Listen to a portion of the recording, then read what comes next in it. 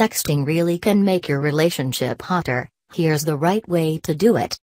Most adults have sent sexy texts or racy photos to a partner, according to a new survey, and experts say it can help you tap into your desires and steam things up IRL if you follow these sexting ground rules. Danielle Friedman, September 05, 2017. For most of us, our phones have become extensions of ourselves. We use them to connect with the people we care about, to eat, thanks, seamless, and to track our every footstep. So it makes sense, as comedian Aziz Ansari writes in his best-selling book Modern Romance, that because our phones are integral to even the most mundane of tasks, of course, they are also a big part of where we live our romantic lives. What does this look like in practice? For people who are in relationships, it can look like texting your partner to ask how their presentation at work went. It can also look like, in a new survey from the Clue Period tracking app and the Kinsey Institute, 67% of respondents, all of whom were over the age of 18, said they had sexted. For comparison, in a Kinsey Institute survey conducted in 2012, only 21% said the same.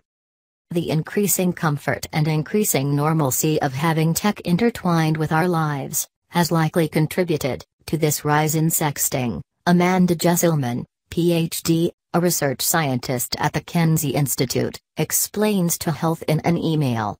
It doesn't seem quite as risky or new and scary as it might have years ago.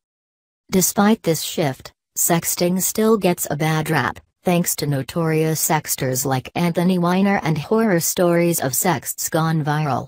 I think a misconception about sexting is that it's either a fun, sexy thing to do or an incredibly dangerous thing to do, with no shades of gray in between, says Jesselman.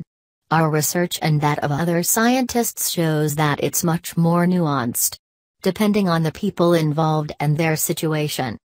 To get our best sexual health tips delivered to you in box, sign up for the Healthy Living newsletter. So far, research into sexting hasn't shown any clear evidence that it can flat-out improve relationship satisfaction. Perhaps this is why Nicole Kidman and Keith Urban only exchange precisely one sext a year? But sex therapists say anecdotally that when couples in healthy relationships follow a few rules and approach sexting as a tool for enhancing their connection, it can actually be valuable. There's a whole spectrum of ways to use sexting and get benefits out of it. Kat Van Kirk, Ph.D., a California and Hawaii-based marriage and sex therapist, tells Health. I've seen people open themselves up more sexually overall because they started sexting with their partner. Danielle Harrell, Ph.D., a San Francisco-based sex therapist, agrees.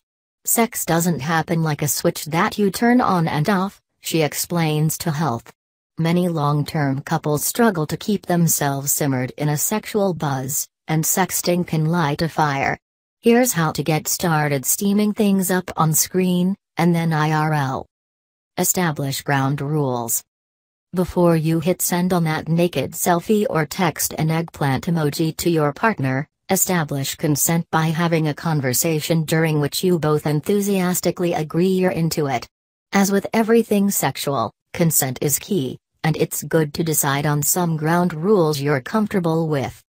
If your partner only wants sexy text messages, then send them those. Joe Coran, a doctoral candidate in psychology at Oklahoma State University who's spent the past few years studying sexting, tells Health in an email. If a partner is not comfortable sending nude self-images, don't pressure them to send them. Then, negotiate rules of access. Is it okay to save messages?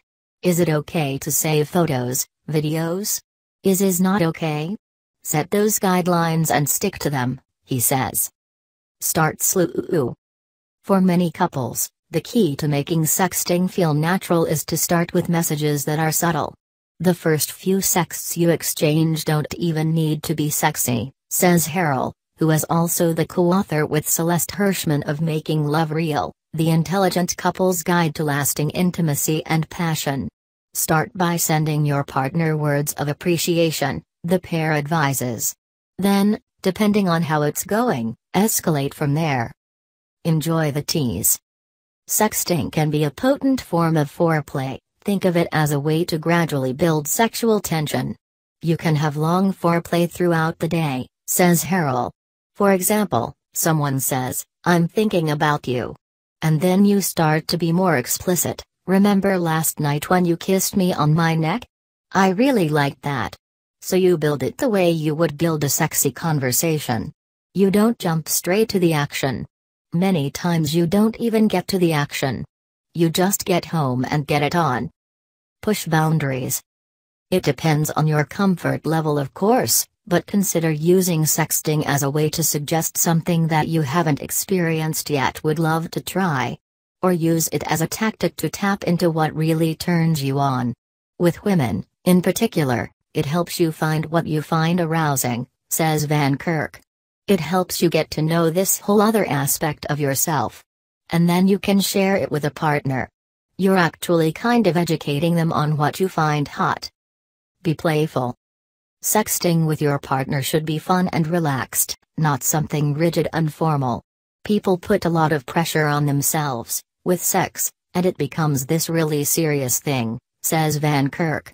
I've found that people who are able to roll with things and laugh at themselves and their partner and their situation really fare much better with sex and relationships.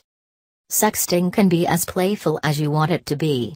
Be creative. There are tons of emojis and GIFs that can be used as innuendos, says Corin. Invent your own secret sexting language. It really is just another way to flirt. If it's not working for you, say so. In the beginning, it might take a while to get into a good sexting rhythm. It might even feel uncomfortable at first. And that's okay, says Van Kirk. A little discomfort is actually good because it means you're doing something new. But if you or your partner aren't enjoying the exchanges, agree to give it a rest. Test the waters a little bit, Harrell and Hirschman advise. Don't be pushy. It's important to say to your partner, "I really want you to tell me if something doesn't work for you. I don't want you to suck it up." Sexting, at its best, is about paying attention, they say. It's a conversation. Even when you're conversing in erotic produce,